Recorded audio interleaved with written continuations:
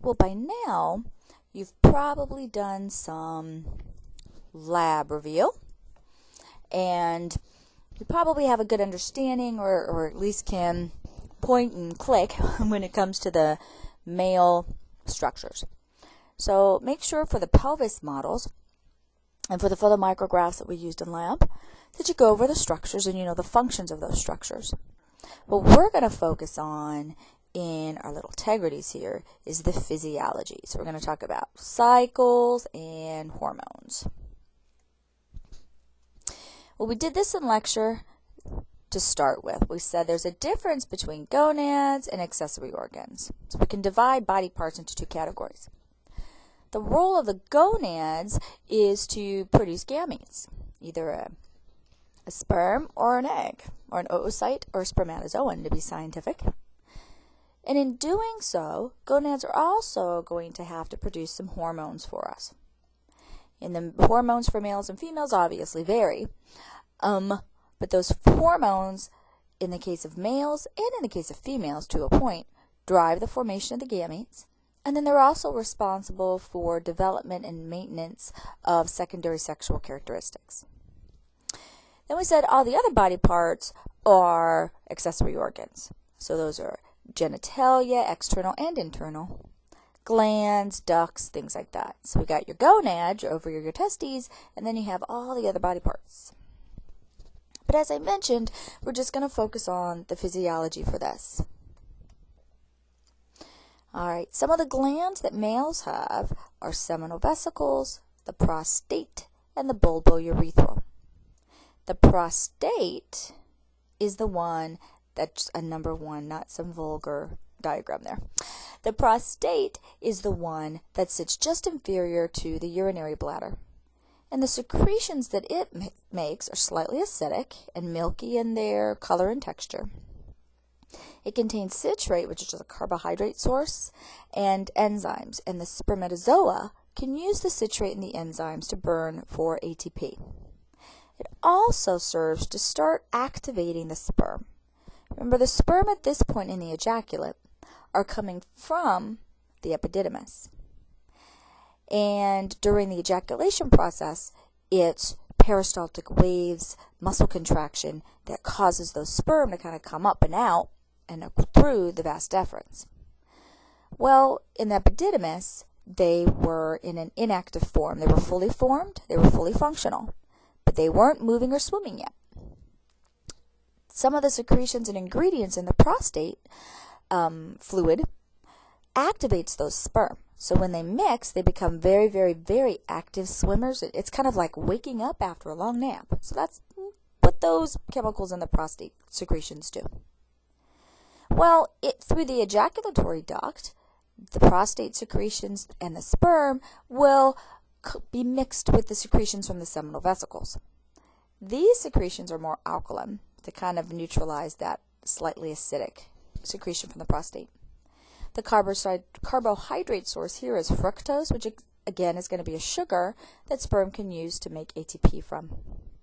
There are a lot of chemical secretions collectively called prostaglandins. And in lecture, I mentioned a few of the things prostaglandins do. But one of the things they do is stimulate peristaltic contractions in the female, in the vagina. And what that does is ensure that once the semen gets into the vagina, that those peristaltic contractions bring the sperm and the semen up toward the cervix and up into the uterus. Remember, Mother Nature's trying to get somebody pregnant, and it ain't the guy. We also said to help facilitate this process that the seminal vesicles contain coagulating enzymes. So once the ejaculate, once the semen gets into the vagina, those coagulating enzymes cause it to kind of clot up. So it's a little less likely to leak out. Remember, the more sperm that stay in there, the more of them kind of get swept up in the peristaltic waves caused by the prostaglandins, and the more likely the egg is to get fertilized. The third set of glands are the bulbourethral, and their secretion is thick and relatively clear. It comes through the urethra before the semen does, and it helps neutralize any acidity that might be left in the urethra from the urine having gone through. Remember, in males, the urethra is for the reproductive system and the urinary system. And sperm are slightly fragile little cells there, so anything acidic at this stage in the game is going to inhibit them. And depending on the acidity, cause some of them to die. And we don't want that to happen, because that won't get the girl pregnant. So the bulbourethra is going to help clear, and neutralize the urethra. All right, so then we've talked about semen, and what is it? Well, the functions of semen are to transport the sperm, to provide nutrients to the sperm, because they're going to need to be active swimmers for 4 to 5 days. So they need a food source. It's a protective system for the sperm in that, we're changing pH, right? We're using these secretions to neutralize the urethra and to neutralize the actual fluid component of semen. It also serves to activate the sperm because of the secretions from the prostate. Remember, the sperm were taking a nap in the epididymis, fully formed, ready to go, but taking a nap. And so some of the enzymes that spin their flagella and help them run metabolism have to get activated. And that's what we're going to do in the semen. We mentioned briefly a second ago the prostaglandins coming from seminal vesicles. So here's more what they do. I told you about reverse peristalsis. But they also make the sperm better swimmers. And they affect the mucus in the cervix. They make it less thick, or they thin it out. The cervix does have mucus secretions. Those mucus secretions change in their viscosity with the female cycle. And so there are some prostaglandins that loosen the mucus so that more sperm can get through the cervix up toward that egg. Some of the other secretions that are in there from either seminal vesicle, primarily and a little bit of the prostate, is a thing called relaxin that helps affect sperm motility. So you can see we've got multiple ways of making sure these sperm are good swimmers. A seminal plasmin acts like an antibiotic. We want to make sure that not only do we have good active swimmers, but there's no bacteria that are going to kill them. I mentioned coagulation enzymes, and interestingly enough, in addition to trying to coagulate the semen once it's in the vagina, after a period of time, a separate set of enzymes that are lytic break the clot down. All right, so let's start talking about some of the other processes in males. We're going to look at spermatogenesis, the process by which we make male gametes, and then we'll talk about the hormone system that drives it all. And so in class we said this. We said in order for you to reproduce, you have to do this cell division called meiosis. Meiosis is kind of a big deal because we start with one cell that's diploid, one cell whose chromosomes are in sets or pairs. And so in humans, there's 23 pairs, and that means there's a total of 46 chromosomes in that cell. Well, meiosis is 2 divisions back to back. So we're going to end up with a total of 4 cells. And in males, each of these 4 cells is going to become a functioning gamete. And along the way, after the first division actually, we're going to separate those pairs of chromosomes. So now we have cells that have one set of chromosomes for a total of 23.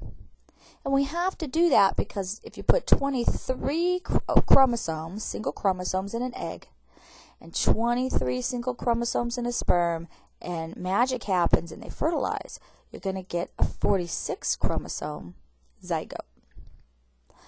So we have to do that because if we had an egg with 46 and a sperm with 46, you combine them, you get 92, and that would not be human.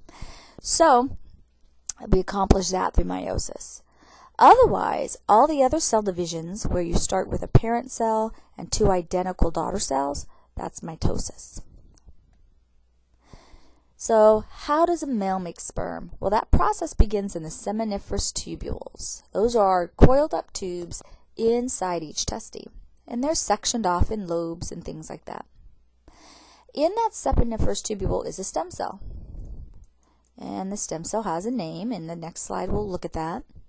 That stem cell is diploid, and what we're essentially going to do is run that stem cell through meiosis, 2 back-to-back divisions, so that we end up with 4 individual cells with half the chromosomes in them. So they're going to be haploid, like H for half. And again, the process that's going to allow us to do this is meiosis. So that stem cell that's diploid that starts this whole process is called a spermatogonia. That's plural. Spermatogonium is singular. And what you're going to see at first is just mitosis, a division into two identical cells. Well, one of these cells is going to be called an A cell. It's going to stay a spermatogonium. It's going to stay a stem cell and just continue to divide. The other cell is called a B cell. The B cell is the one that's going to end up going through meiosis, become a sperm. Along the way, it's going to do a lot of changes. It's going to first be called a primary spermatocyte, go through a division, then we're going to call it a secondary spermatocyte, go through some physical changes, and then we'll call it a spermatid. So let's take a look at that. All right, here we are. Here's the tunica, albuginea, and vaginalis of the testes. Actually, I lied to you. That is a basal lamina of a seminiferous tubule. One more time. Basal lamina, seminiferous tubule. So we're looking through one seminiferous tubule here. And here's my stem cell. Here's my spermatogonium. It is diploid. And we said right off the bat, this thing is going to do a mitosis, divide into two identical daughter cells. So each of these cells is still diploid. Well, one of these is an A cell. It's going to stay a spermatogonium and continue to divide. This other one is a B cell, and this B cell is going to start to change. So it undergoes a few physical changes, like it makes tight junctions with the sustentacular cells and things like that. And once it makes those tight junctions with the sustentacular cells, remember those cells are going to help guide this future sperm through these compartments. It's going to provide nutrients for it. It's going to suck the extra cytoplasm out of it later. So the reason it's forming tight junctions to these Sertoli or sustentacular cells is because they're going to move and help it along the way. Once it forms those connections, we're now going to call it a primary spermatocyte. A primary spermatocyte is still diploid. We did mitosis, not meiosis. Well, now that this cell has moved into this compartment, now that we have a primary spermatocyte, it now does the first meiotic division. So we now get two cells. And you can see initially they kind of stay stuck together. This cell has half the DNA in each one of them, and so now we're going to call it a secondary spermatocyte. Each secondary spermatocyte now undergoes the second meiotic division. So you can see we end up with 4 cells. They're still haploid. And now we have something called an early spermatid. But that's not a sperm. You can see that's kind of a regular old looking cell there. It's a far cry from having a head and an acrosome and a flagella. So the next process that has to take place is called spermatogenesis. We're going to have a shape change. This cell is going to develop a head and an acrosome. This part's called a midpiece. And it's even going to develop its flagella. Once it's all fully formed, then it's called a late spermatid. It's still not an actively swimming, fully functional sperm. Well, at this point, we have to release it. And it's still got these cytoplasmic bridges kind of holding them all together. So our friendly neighborhood sustentacular cell, it's going to absorb that extra cytoplasm and help break these individual spermatozoa apart. And the free spermatozoa are released into the lumen.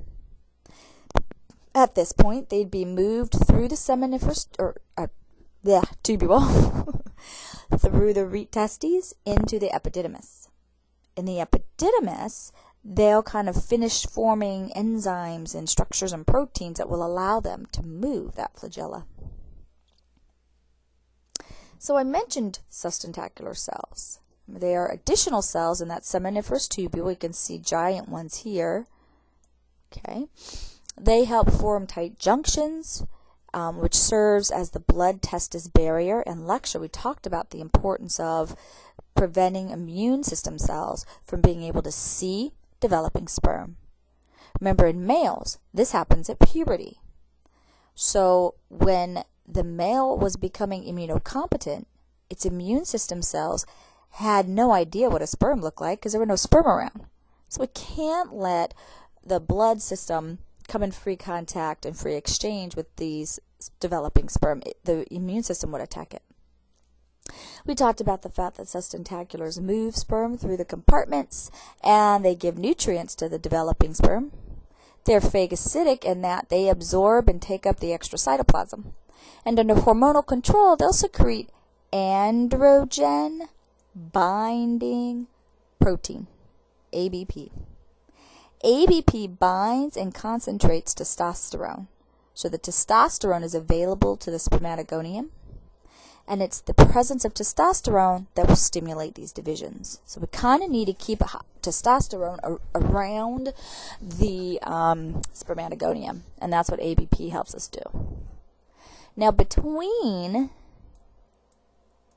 the tubules, we have cells clustered, and these are called interstitial cells. Those words in parentheses are their old name. Interstitial cells under hormonal control make the testosterone. Okay, so far, what have we done? We talked about the process of spermatogenesis, starting with a diploid sperm cell called a spermatogonium, and ending up with 4 haploid gametes called spermatozoa. Remember the spermatogonium, I can even go back. The spermatogonium starts with mitosis to make another two diploid cells, and one of those diploid cells is a B cell. B cell starts meiosis and does 2 back-to-back divisions. After the first division, we call it a secondary spermatocyte. There's my divisions. Secondary spermatocyte. All right. Secondary spermatocytes divide. They become early spermatids. Early spermatids undergo spermatogenesis, and we end up with spermatozoa. And in order for this process to happen, we need some testosterone to be available. So these were the cells that helped that process happen. And the interstitials are the ones that make the testosterone. The sustentaculars are the ones that concentrate this testosterone. So let's take a couple of moments and look at the hormones of all of this loveliness. This system is called the brain testicular axis, and it actually starts in the hypothalamus. When puberty is coming, and when puberty starts, the hypothalamus secretes a hormone called GnRH, or gonadotropic releasing hormone. GnRH goes through a portal system to the anterior pituitary, and it stimulates production of 2 hormones, FSH and LH. Now, they kind of have crazy names for a guy. FSH is follicle stimulating hormone. LH is luteinizing hormone. Okay, well, guys don't have a corpus luteum. They also don't have follicles. They've got plenty of other things, right? Well, FSH and LH were discovered in women and named first. And then we found out that men have them too. So they just kept the name. So that's why the name doesn't seem very fitting for males. But, you know, we're going to go with it. All right, so once FSH is secreted, it finds its way into a seminiferous tubule. And it acts on our sustentacular cells. It causes them to secrete their products, including androgen binding protein. And when the levels start to get a little bit up there, these cells will also, under that control, secrete a molecule called inhibin. Let's go look at LH. LH, when it's released, finds its way to the interstitial cells, the ones between the tubules. It causes them to secrete testosterone. Testosterone goes body-wide. Testosterone affects secondary characteristics like facial hair, the development of an Adam's apple, a thicker, heavier skeleton, growth of skeletal muscles, things like that. Body hair in certain places. Testosterone also interacts with sustentacular cells and helps stimulate them as well. And then testosterone will bind with androgen-binding protein, and it becomes more available and concentrated for developing spermatogonium. So what are the dashed lines, Miss Klein? Well, in males, the important thing here is males do continuous sperm production, which means we need continuous amounts of testosterone in the right amount. We don't want too much testosterone. We want just the right amount. So we need some mechanism of negative feedback to make sure that we don't get too much testosterone. Okay, so testosterone levels in males may cycle, but only a teeny little bit, and usually in response to stress or nutritional state. They can also decrease over time with age, but it's not going to be like girls. Guys are very constant and solid and toe the line, right? So one of the reasons why testosterone levels are so constant in males and sperm production will be constant in males is because we have a negative feedback loop preventing the male from making too much testosterone. So one of the negative feedback loops is inhibin. Once inhibin starts to get secreted, it feeds back on the anterior pituitary and inhibits production of FSH.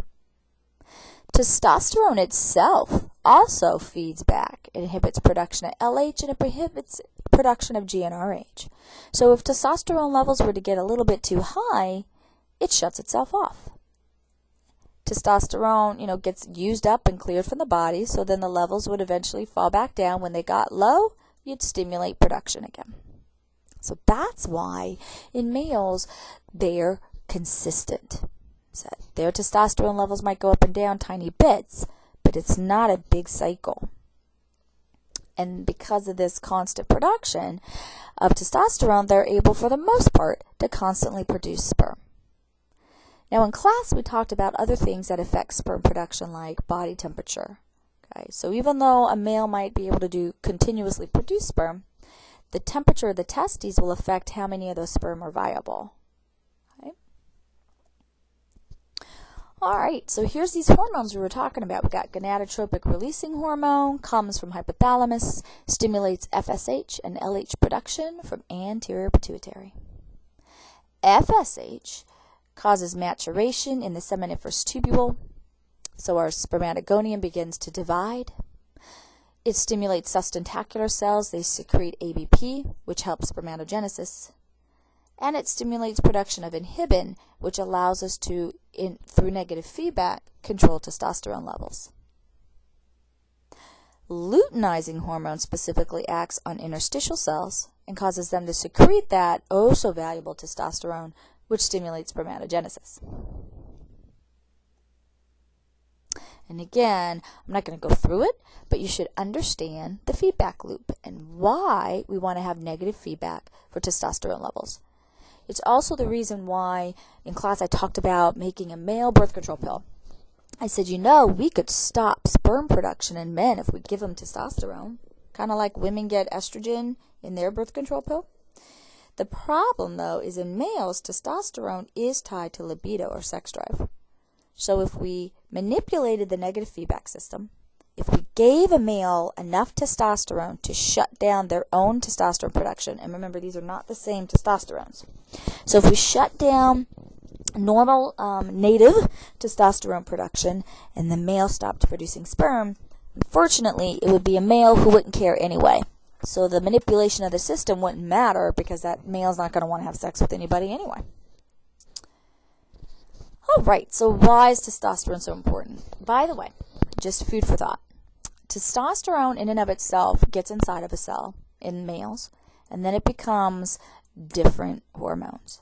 In some cells, they'll convert it to estrogen. Estrogen will function. Ladies, don't get excited because some of our cells take testosterone too. We also have a special form of testosterone. So the only reason I put that there is for you to realize there's more than one form of testosterone, just like there's more than one form of estrogen. All right, back to work. So in males, and interestingly in females to a degree, testosterone levels are tied to sex drive, libido. In males, if testosterone levels fall, their sex drive falls. In females, it is tied to ours a little bit as well, and we're complicated on way too many levels. But in females, low testosterone levels are associated with the libido. Remember, we have testosterone, we just don't have tons of it naturally. Males have estrogen, they just don't have tons of it naturally. All right, in males, I also mentioned earlier, testosterone is associated with hair, pubic hair, axillary hair, facial hair, the growth of that hair. That's why men have beards and women don't. There's different kinds of hair in the body. Some of it's called terminal, others is vellus. Vellus hair is that really fine stuff that you can't even tell is there, but you can feel it. It's fuzz. Whereas terminal hair is the big, thick stuff. So what testosterone does is it causes hair follicles to change from growing vellus hair to growing terminal hair. So again, that's why guys have beards and girls don't. If we took a girl and injected her with testosterone, she'd get a beard. All right, testosterone also changes the skin. It makes it a little bit thicker, a little bit coarser, and things like that. It changes growth patterns in the skeleton. That's why the pelvis of a male is more narrow. So guys don't have hips, but girls do. And also there's a whole lot of other structures in the skeleton. Male skeletons are heavier or denser. They tend to be a little bit bigger. The structures on them also tend to be bigger. So if you ever got into forensics or like anthropology, skeletons can be sexed based on the size of certain structures or the angle of tilt of the hip bones. All right, and what everyone's used to is testosterone also affects changes in skeletal muscles. It makes skeletal muscles grow. And in lecture, we talked about juicing. So thank you to your student who gave me the term, because I kept going, there's a term for it. So juicing. So the problem with that, though, is when someone juices or takes a steroid hormone, they do get rapid increases in skeletal muscle growth, and so their bones get a little thicker as well.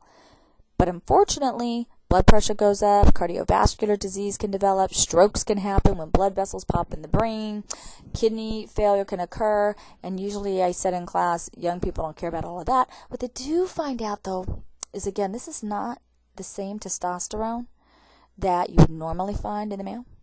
So when a guy starts to juice and stuff like that, the muscles get bigger, but there's something else that gets smaller. Usually the testes begin to shrink and atrophy a little bit. All right, so that is the end. Sorry I went to the black screen. Hopefully this helps you understand spermatogenesis and the brain-testicular axis, the hormones in males and how they act.